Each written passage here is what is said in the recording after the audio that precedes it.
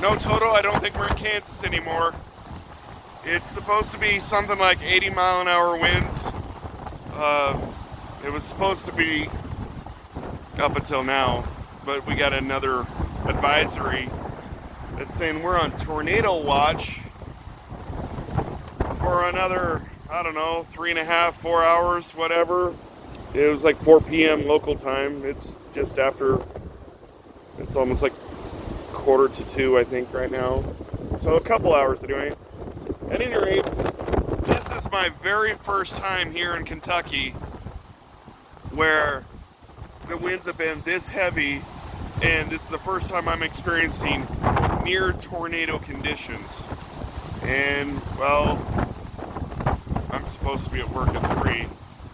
I'm going in, and then we'll see what happens.